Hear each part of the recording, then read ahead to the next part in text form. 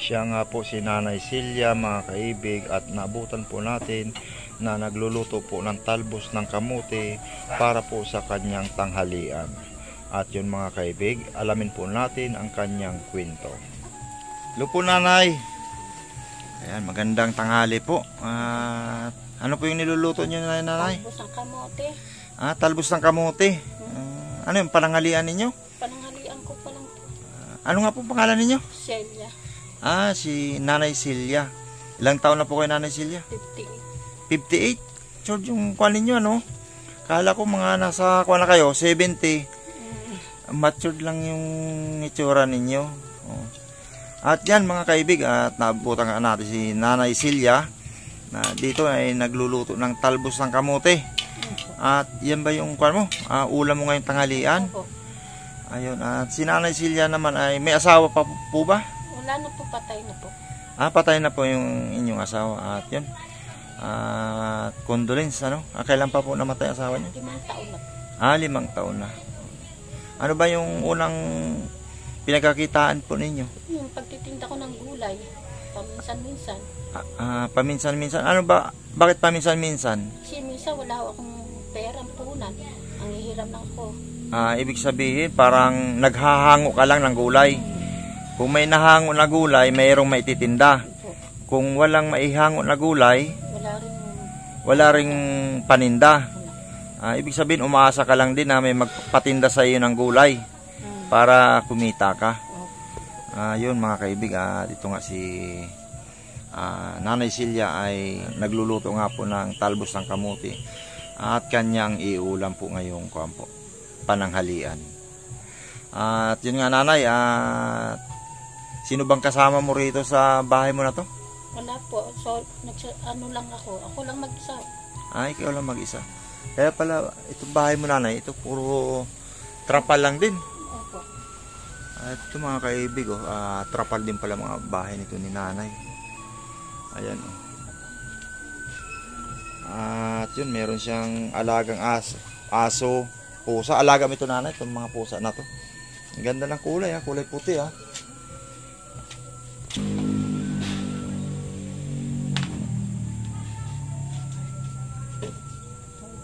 Kain tayo, sir. Sige Nanay Silya. Tapos na akong kumain doon sa aking binag kila Nanay Dilya. At wala ka ba lamesa? Ito may lamesa ka pala dito Nanay Silya. Grabe mga kaibig. Si Nanay Silya ay ito nga, nagutan ating nananghalian. At ito ay mag-isa lang siya po rito sa buhay. Nanay Silya, yung mga anak mo? Wala na ho, sir eh. May mga asawa na po sila. Bakit hindi ka doon makikituluyan? Halimbawa kung umulan po, yan, katulad niya, mga butas-butas na po yan. Bakit hindi ka makituluyan sa kanila? Kasi yung bahay po nila, tagni-tagni din. Saka maliit lang po. Tagpi-tagpi din yung bahay nila. Ibig sabihin talagang pandin talaga yung bahay nila, hindi maganda. Hindi. Tagpi-tagpi lang din. Maliban pa doon Nanay sa pagkukuhan po ninyo, pag titinda ng gulay, wala na ba kayong ibang hanap buhay? Wala na po talaga. Yun lang. Yun lang talaga. Pero yung anak niyo naman, nabibigyan naman kayo paminsan-minsan? Minsan lang, bibigyan. Pag sobra yung kita, bibigyan ako pambili ng gamot. Kaunting pagkain. Pambili ng gamot at pagkain. Oo. At sa paglalako mo ng tinda Nanay, magkano naman po ang kinikita mo? Minsan may 100 lang, 120, 130. 120, 140. At yun lang ay pambili nga lang ng gamot mo rin. Saka ng bigas. Masyado malit ngayong 120, 140. Tapos hindi pa araw-araw yun. Hindi po. Sa isang Tuwing 3 araw lang. Every 3 days. 2 beses sa isang linggo. 2 beses sa isang linggo. Ayun mga kaibigan. Ito nga po si Nanay Silya. Ito mismo Nanay, dito rin kayo natutulog. Ito.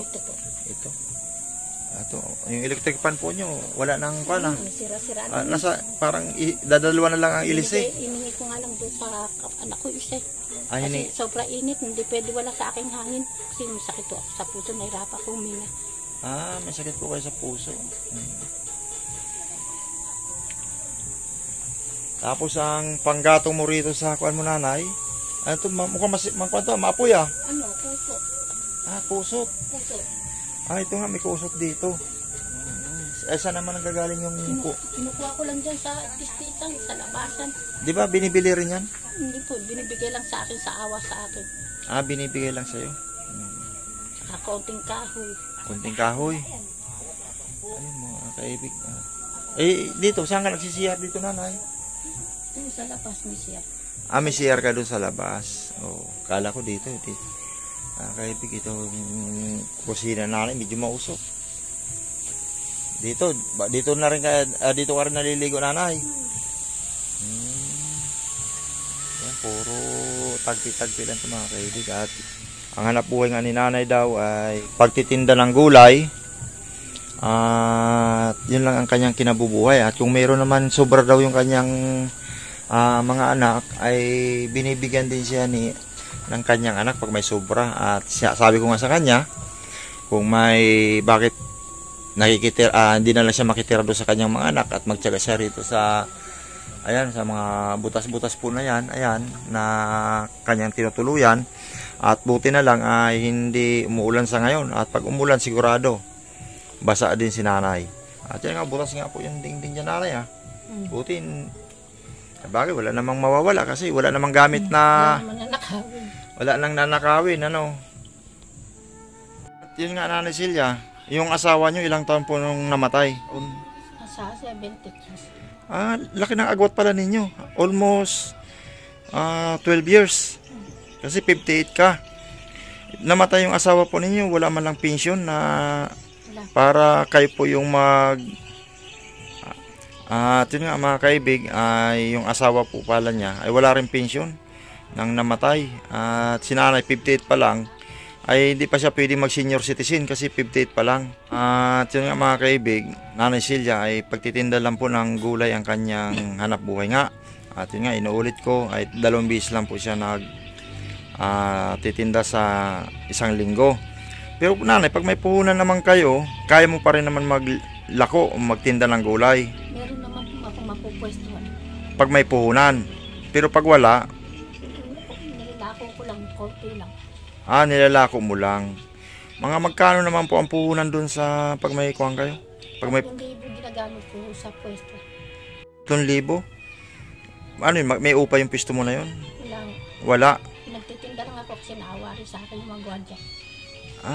Pinagtitinda lang kayo. Pero dati na tinda na rin kayo doon. Bakit naubos po yung puhunan? Sa kabit, kasi parati ako naisusugod ng ospital, nabibili ko ng gamot.